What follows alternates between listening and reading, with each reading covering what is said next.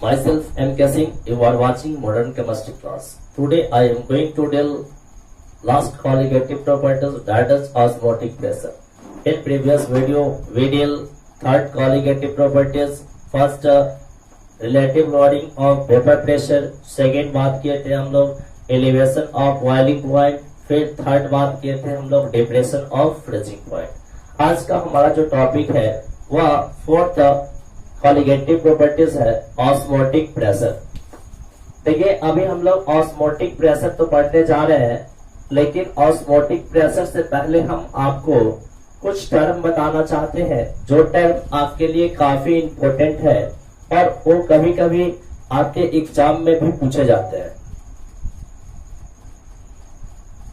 तो उस चीज को आप लोग बढ़िया तरीके से देखिए। सबसे पहला हम बेसिक टर्म जो इस्तेमाल कर रहे हैं वो है आपका semi permeable membrane. Semi permeable membrane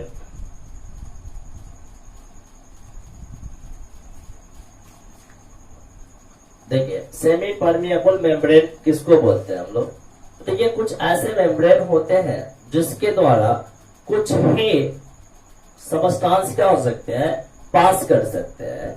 जैसे कि आपका जो सेल मेम्ब्रेन होता है, प्लाज्मा मेम्ब्रेन होता है, तो उससे क्या होता है कि सेल में आपका कोई भी मटेरियल बाहर से अंदर जाता है या अंदर से बाहर आता है, तो वो भी आपका एक तरीके का क्या है, सेमी परमिएबल मेम्ब्रेन ही है।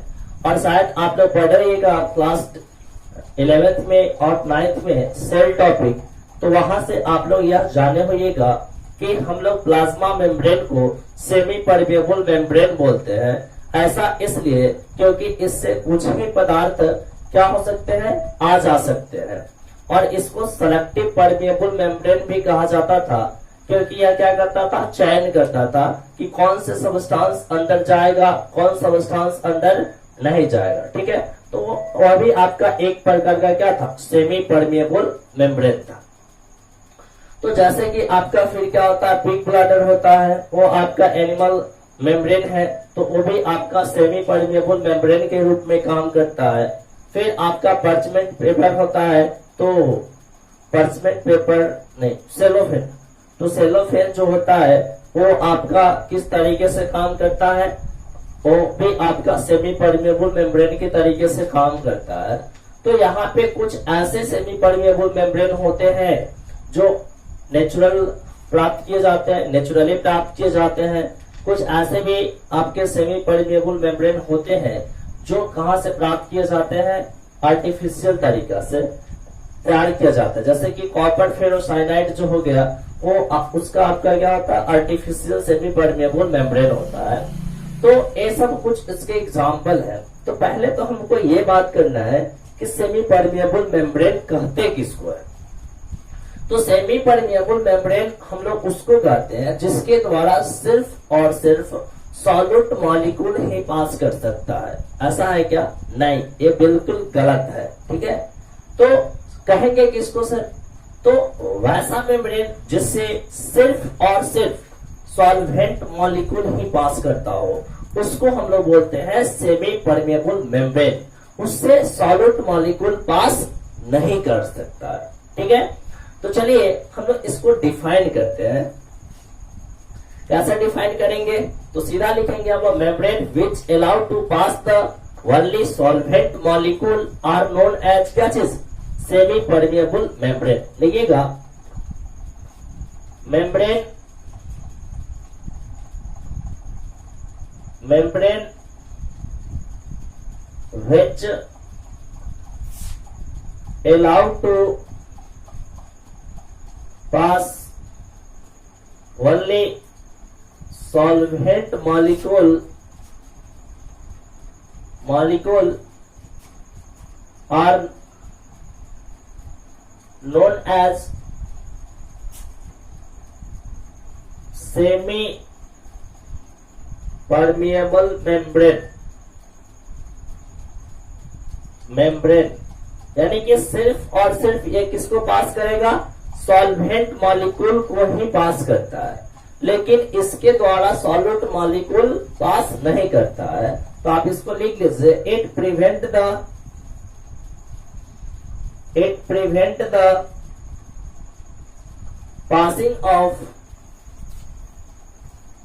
solute molecule through it, यानी यह अपने से सॉल्यूट मॉलिक्यूल को पास होने से क्या करता है, रोकता है, यानी कि सॉल्यूट मॉलिक्यूल को पास नहीं होने देता है। क्लियर है। अब यहाँ पे हम लोग बात करते हैं सेमी परमेबल मेम्ब्रेन का टाइप्स क्या है। ठीक है, उसका एग्जाम्पल आप लोगों को याद रखना है। ठीक है, कभी कभी ऐसा होता है कि एग्जाम्पल से पूछ देता है कि इसमें से कौन नेचुरल सेमी परमेबल मेम्ब्रेन है। ठीक है, ऐसे इसका कोई टफ क्वेश्चन नहीं बनता है, एकदम सिंपल सा क्वेश्चन बनता है। ठीक है, सेमी परमेबल मेम्ब्रेन दो तरीके के होते हैं। कौन कौन? तो फर्स्ट बात करते हैं हम लोग, एक तो आपका नेचुरल होता है, इसको शॉर्ट में हम लोग बोल देते हैं एसपीएम। ठीक है, बार बार हम यही बोलेंगे SPM, semi permeable membrane, short में क्या बोला जाएगा, एसपीएम। ठीक है, तो एक तो नेचुरल सेमी परमेबल मेम्ब्रेन हो गया, दूसरा आपका क्या हो गया, आर्टिफिशियल सेमी परमेबल मेम्ब्रेन। यानी कि यह नेचुरल सेमी परमेबल मेम्ब्रेन है, इसका मतलब यह है कि यह नेचर से मिलता है। नेचर बोले तो यहाँ पे लिविंग ऑर्गेनिज्म से मिलता हो, चाहे वह प्लांट्स हो चाहे वह क्या हो, एनिमल्स हो, तो उससे यदि आपको सेमी परमेबल मेम्ब्रेन मिल रहा है तो उसको हम लोग नेचुरल सेमी परमेबल मेम्ब्रेन बोलेंगे, यानी कि जिसका ओरिजिन जो हो वो नेचुरल हो। ठीक है, और आर्टिफिशियल कहने का मतलब क्या है कि उसको आर्टिफिशियल तरीके से प्रिपेयर किया गया हो। मैनमेड प्रिपेयर्ड आपका क्या होगा, मैनमेड सेमी परमेबल मेम्ब्रेन को हम लोग क्या बोलेंगे, आर्टिफिशियल सेमी परमेबल मेम्ब्रेन बोला करें। क्लियर है। चलिए इसके कुछ एग्जाम्पल है, उस एग्जाम्पल को लिख लेते हैं हम लोग। ठीक है, क्योंकि ये सब टर्म डिफाइन करने की कोई आवश्यकता नहीं है आप लोगों के लिए, क्योंकि आप लोग इस चीज को एकदम अच्छा तरीके से जानते होंगे। तो देखो सबसे पहला पॉइंट लिख लेते हैं हम लोग इसमें, नेचुरल सेमी परमेबल में पिग ब्लैडर जो होता है is the most common animal semi permeable membrane है। Pig bladder is the most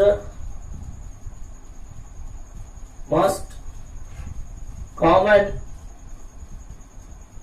animal क्या है, मेम्ब्रेन है। तो इसको आप सेमी परमेबल मेम्ब्रेन भी कर सकते हो। सेकेंड है क्या चीज, जैसे कि आप लोगों को मैं अभी बताया कि प्लांट्स और एनिमल सेल को कवरिंग करने वाला मेम्ब्रेन, सेल मेम्ब्रेन और प्लाज्मा मेम्ब्रेन, तो ये भी आपका क्या है, सेमी परमेबल मेम्ब्रेन है। तो लिखिएगा मेम्ब्रेन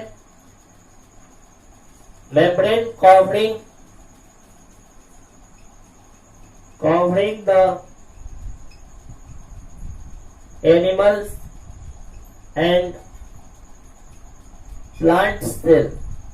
ठीक है, इसको हम लोग क्या बोलेंगे, नेचुरल सेमी परमेबल मेम्ब्रेन बोलेंगे। फिर आपका होता है पर्चमेंट पेपर, ये भी आपका क्या है, नेचुरल सेमी परमेबल मेम्ब्रेन है। ठीक है, इधर हम लोग बात करते हैं आर्टिफिशियल सेमी परमेबल मेम्ब्रेन में, तो आप सिंपली बोल सकते हो फ्रेशली प्रिपेयर्ड कॉपर फेरोसाइनाइड, ये भी आपका क्या है, आर्टिफिशियल सेमी परमेबल मेम्ब्रेन है। CU2FeCN का होल 6। क्लियर, ये इसका क्या है, फॉर्मूला है। फिर नेक्स्ट बात करते हैं और एग्जांपल लेते हैं, तो कोबाल्ट सेलोफेन जो होता है, कोबाल्ट सेलोफेन, ये भी आपका एक प्रकार का क्या है, आर्टिफिशियल सेमी परमेबल मेम्ब्रेन है। फिर आप ऐसा बोल सकते हो सिलिकेट विथ आयरन। ठीक है, इस पे जमा दिया जाए तो ये भी आपका किस तरीके से काम करता है, सेमी परमेबल मेम्ब्रेन की तरह काम करता है। ठीक है, तो ये है आपका क्या चीज, सेमी परमेबल मेम्ब्रेन होता क्या है, इसके कौन कौन से टाइप होते हैं और फिर इसका एग्जाम्पल। ठीक है, आप लोग एग्जाम्पल को एक बार ध्यान में रख लेना, इसको रटने की जरूरत नहीं, एक बार बस माइंड मेकअप कर लो, क्योंकि कभी पूछ दिया जाए कि चलो इसमें से नेचुरल सेमी परमेबल मेम्ब्रेन कौन है, आर्टिफिशियल सेमी परमेबल मेम्ब्रेन कौन है, तो आपको कोई प्रॉब्लम नहीं होनी चाहिए। ठीक है, अब चलिए इसके आगे हम लोग बढ़ते हैं और थोड़ा सा अपने टॉपिक को आगे बढ़ाते हैं और बात करते हैं हम लोग ऑस्मोसिस के बारे में। अभी हम लोग ऑस्मोटिक प्रेशर डील नहीं कर रहे हैं, अभी उसके लिए हम लोग क्या कर रहे हैं, अपना बेस को तैयार कर रहे हैं, बेस को मजबूत कर रहे हैं। उसके लिए जो फंडामेंटल टर्म्स इस्तेमाल किए जाते हैं उस फंडामेंटल टर्म को हम लोग डील कर रहे हैं। ठीक है, अब देखिए ऑस्मोसिस क्या होता है, इसको हिंदी में हम लोग क्या बोलते हैं, प्रसारण शायद बोलते हैं, ऐसे आप लोग देख लीजिएगा। ठीक है,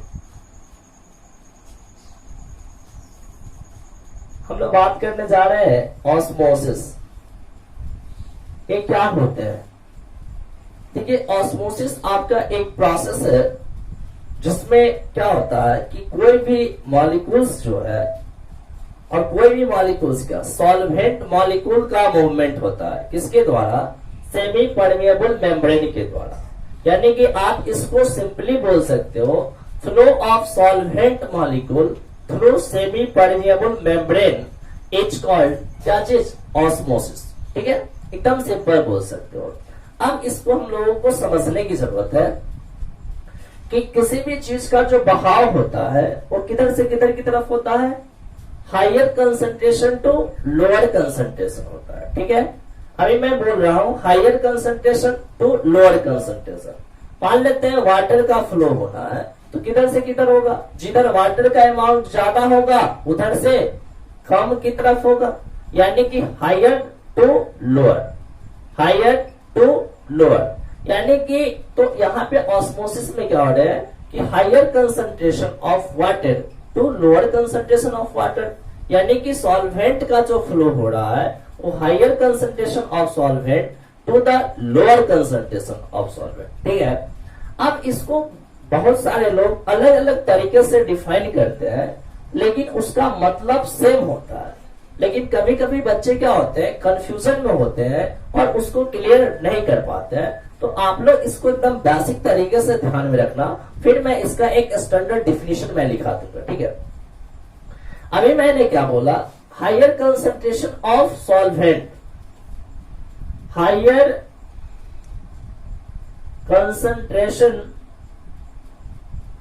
ऑफ सॉल्वेंट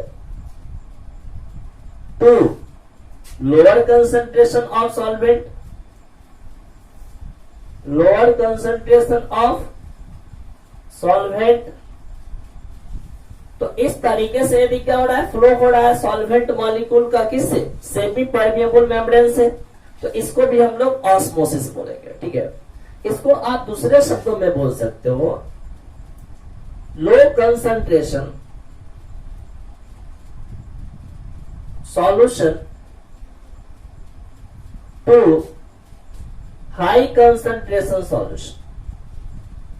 इसी में बच्चे फंस जाते हैं कभी कभी कि सर ये आपने क्या बोल दिया, किसी भी चीज का जो फ्लो होता है वो low concentration to high concentration होता है, और आपने क्या बता दिया, low concentration to high concentration.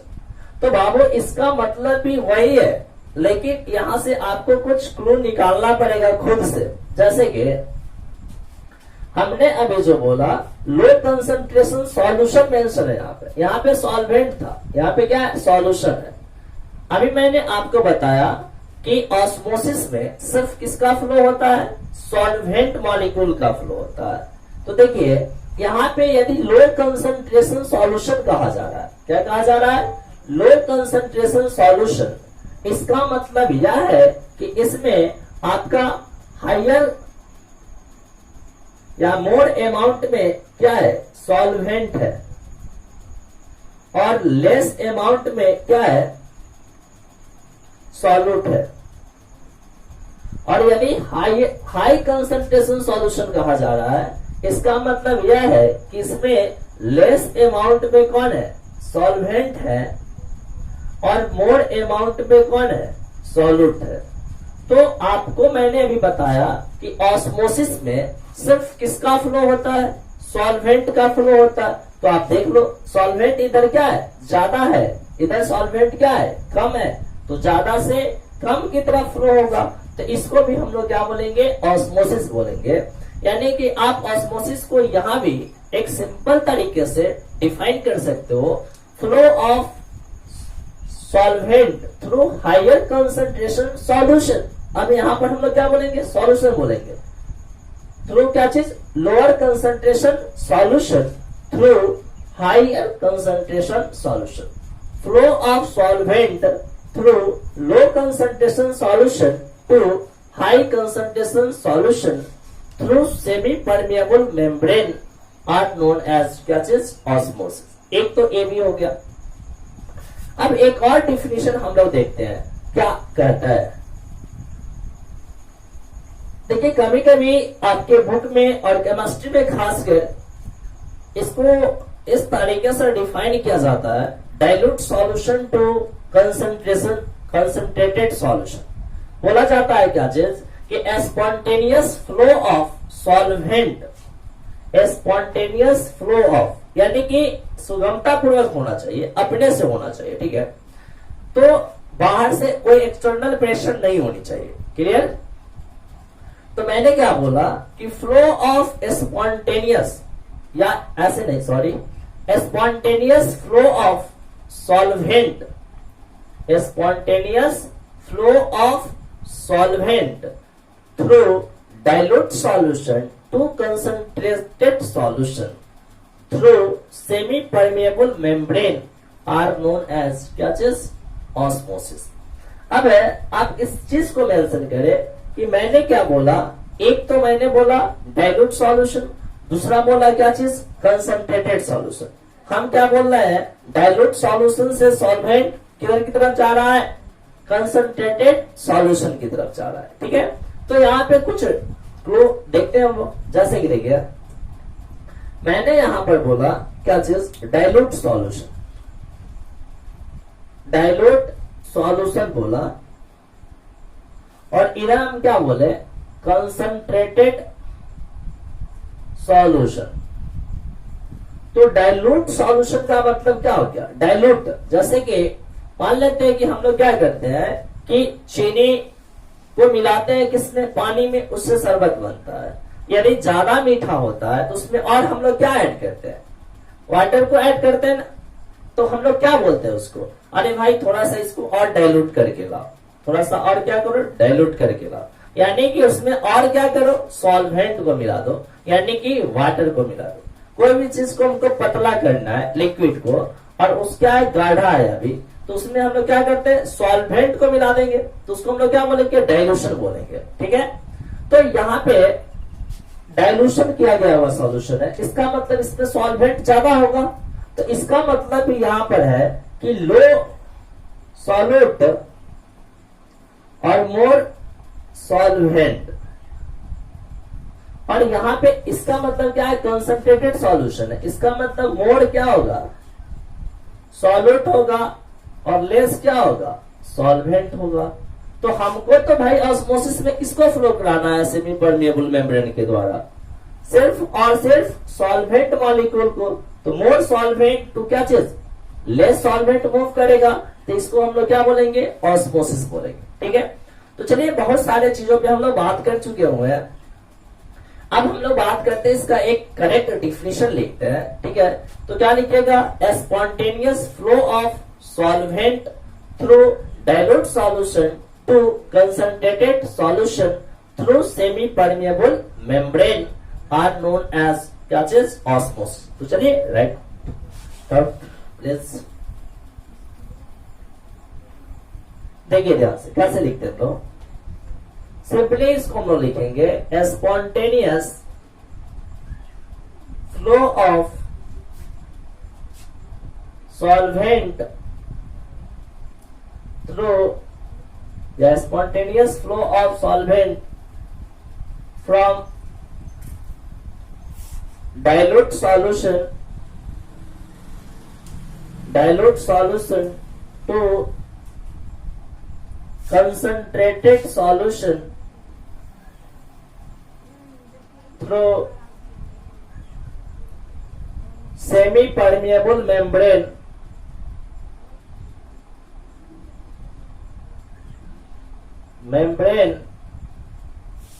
are known as osmosis. इसको हम लोग क्या बोलेंगे? ऑस्मोसिस बोलेंगे। इसमें कोई प्रॉब्लम नहीं होनी चाहिए आप लोगों को। थोड़ा सा फास्ट करें। इसको हम लोग बाय फिगर समझते हैं, ठीक है? ऐसा मैंने बोल दिया। इसमें मैंने क्या किया, एक सेमी परमेबल मेम्ब्रेन लगा दिया। इसको आप लोग क्या बोलिएगा? थोड़ा सा मार्कर में इंक नहीं है।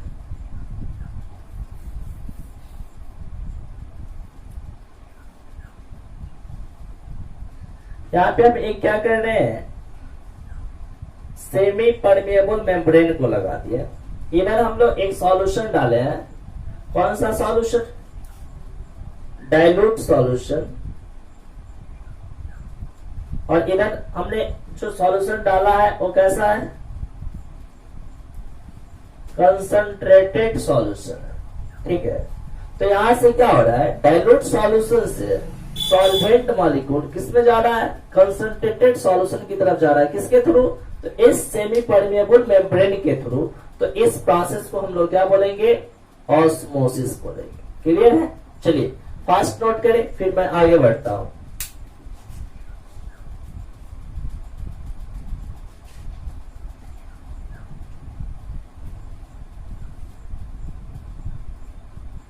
देखिए, कभी कभी हम लोग ऑस्मोसिस और डिफ्यूजन में बात कर लेते हैं, तो ऐसा कुछ नहीं है। आप बोल सकते हो क्या चीज? Osmosis is a special case of क्या चीज? Diffusion through semi permeable membrane, ठीक है? इसमें semi permeable membrane term add करना काफी इंपॉर्टेंट है, ठीक है? तो इस चीज को आप लोग हमेशा ध्यान में रखेंगे। चलिए उसको मेंशन कर लेते हैं। और कुछ खास बातें इसमें जो आगे चलकर आपको काफी लाभकारी होगा। देखिए यहाँ पे कुछ और बात लिखते हैं। हम लोग क्या बोले कि फ्लो ड्यूरिंग, मतलब अभी बताया हमने क्या चीज कि flow of solvent through dilute solution to क्या चीज? Concentrated solution. अब इसमें हम लोग बात कर रहे हैं क्या चीज कि क्यों ऐसा होता है।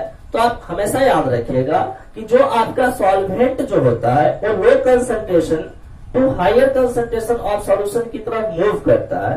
ऐसा इसलिए क्योंकि जो लो कंसंट्रेशन सॉल्यूशन होता है उसमें वाटर पोटेंशियल ग्रेडियंट जो होता है वो क्या होता है? ज्यादा होता है, ठीक है? इसी कारण से वो मूव करता है। तो लिख लेते हैं हम लोग, क्या लिखेंगे? During osmosis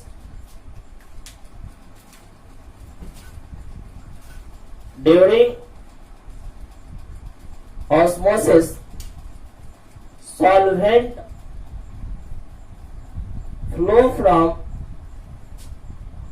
low concentration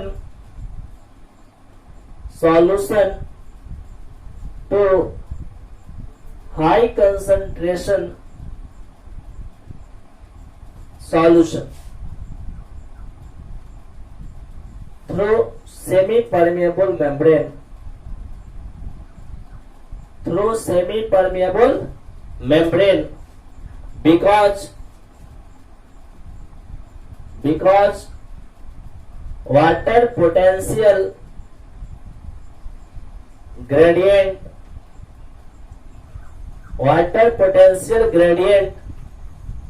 of low concentration solution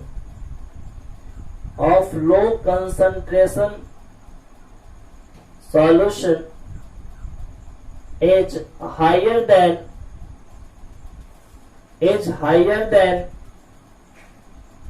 high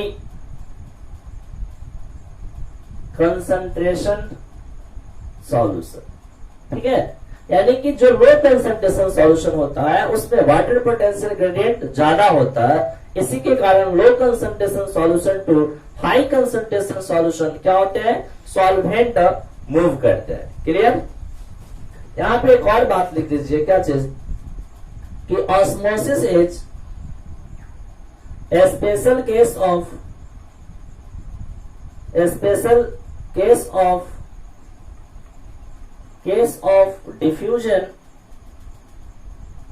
through semi permeable membrane, ऐसा बोल सकते हैं। ठीक है, अब यहाँ पे हम लोग ऑस्मोसिस को क्या करेंगे, क्लासिफाई करते हैं। ठीक है, तो ये जो ऑस्मोसिस होते हैं वो 2 टाइप्स के होते हैं। ठीक है, कौन कौन होते हैं इसको देखते हैं हम लोग। ऑस्मोसिस 2 टाइप्स के हैं। एक आपका इंडो ऑस्मोसिस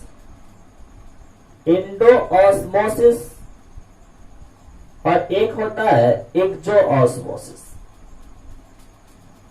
अब इसको हम लोग कैसे समझेंगे? ठीक है, तो आइए इसको हम लोग एक रफ डायग्राम के द्वारा आपको हम समझाने की कोशिश करते हैं कि ऑस्मोसिस में इंडो ऑस्मोसिस क्या होते हैं और एक्सो ऑस्मोसिस क्या होता है। क्लियर? थोड़ा सा फास्ट नोट करें।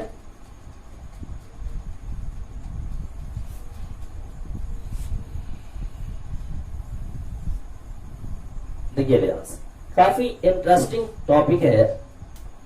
एक मान लेते हैं कि हमने क्या किया कि कुछ इस तरीके का एक अरेंजमेंट बनाया। ठीक है, जैसे कि हम लोग जिस रूम में पढ़ रहे हैं वो रूम क्या हो गया, एक सिस्टम हो गया, और उसके चारों तरफ का जो सराउंडिंग, चारों तरफ जो भी है उसको हम लोग क्या बोलेंगे, सराउंडिंग्स बोलेंगे। ठीक है, और रूम और सराउंडिंग्स के बीच में एक सेपरेशन है दीवार का, जिसको हम लोग बाउंड्री बोल रहे हैं। ठीक है, तो यहाँ पे एक सिस्टम और एक सराउंडिंग्स की बात कर रहे हैं, और सिस्टम और सराउंडिंग्स के बीच में यहाँ पर हम जिसको ले रहे हैं बाउंड्री, वो बाउंड्री आपका कैसा होगा, सेमी परमिएबल मेम्ब्रेन होगा। ठीक है, जैसे कि देखो इसको हम लोग क्या बोल रहे हैं, सिस्टम बोल रहे हैं। इसको हम लोग क्या बोल रहे हैं, सिस्टम बोल रहे हैं। तो इसको क्या बोलेंगे हम लोग, इसको बोल रहे हैं हम लोग, इतना वाले को सराउंडिंग्स बोल रहे हैं। ठीक है, ये सिस्टम हो गया और ये सराउंडिंग्स हो गया। ठीक है, अब यहाँ पर हम लोग क्या बोल रहे हैं, देखिए ध्यान से, ये जो मेम्ब्रेन है इसको हम लोग बोल रहे हैं बाउंड्री बोल रहे हैं, और इसी एक इसका बना हुआ है सेमी परमिएबल मेम्ब्रेन का बना हुआ।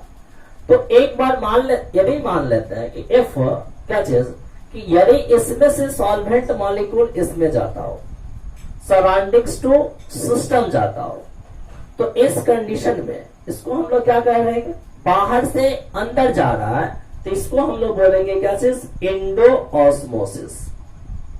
और इसमें क्या हो रहा है, अंदर से बाहर जा रहा है, अंदर से बाहर जा रहा है, तो इस कंडीशन में इसको क्या बोलेंगे हम लोग, एक्सो ऑस्मोसिस बोलेंगे। क्लियर है?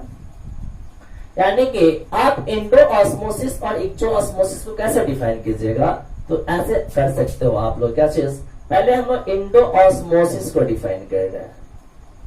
इंडो ऑस्मोसिस सिंपली क्या बोलेंगे, फ्लो ऑफ सॉल्वेंट फ्रॉम क्या चीज, सराउंडिंग्स टू, सराउंडिंग्स का मतलब यहां पर क्या है, आउटसाइड, टू सिस्टम, सिस्टम यहां पे क्या बोल रहा है, इनसाइड।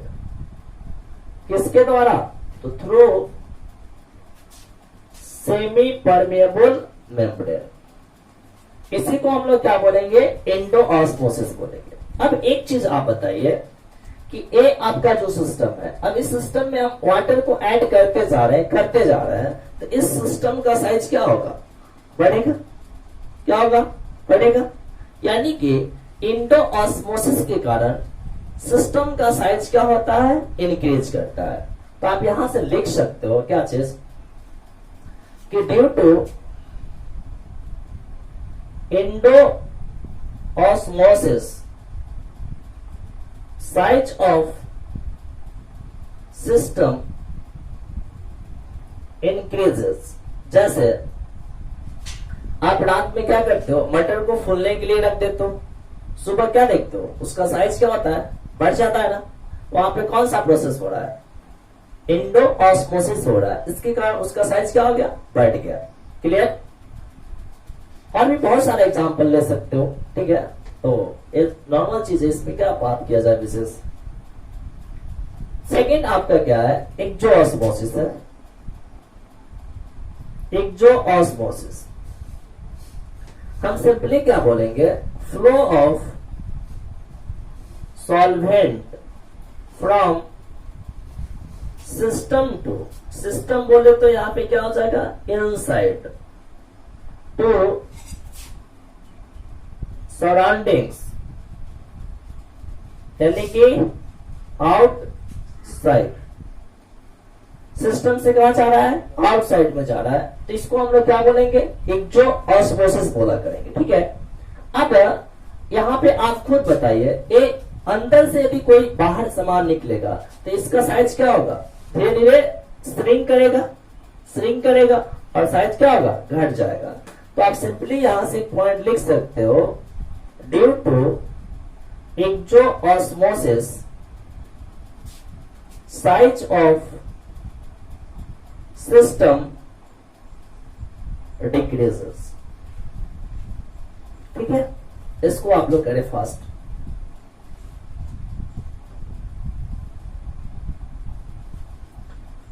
तो चलिए आज के इस लेक्चर में हम लोग इतना ही रखते हैं, फिर जब हम लोग नेक्स्ट क्लास में आएंगे तो हम लोग बात करेंगे क्या चीज, कि इसका कुछ एप्लीकेशन क्या है, इस पे बेस्ट कुछ क्वेश्चन हम लोग पढ़ेंगे कि यदि ब्लड वेसल को हम लोग क्या करते हैं, नॉर्मल वाटर में रखते हैं तो उस पे क्या असर पड़ता है। फिर हम लोग बात करेंगे कि यदि ब्लड वेसल को हम लोग साल्टेड वाटर में रख रहे हैं, सी वाटर में रख रहे हैं, तो उस ब्लड वेसल पे क्या होता है। तो इन सारे चीजों का हम लोग डिस्कशन करेंगे। ठीक है, तो चलिए आज मैं यहीं तक अपनी पढ़ाई को खत्म करता हूँ। Thanks to watching my video. यदि आज का वीडियो आपको अच्छा लगा हो तो लाइक करें, सब्सक्राइब करें और कमेंट तो कर दे। Last wishes to all my dear student, thank you very much.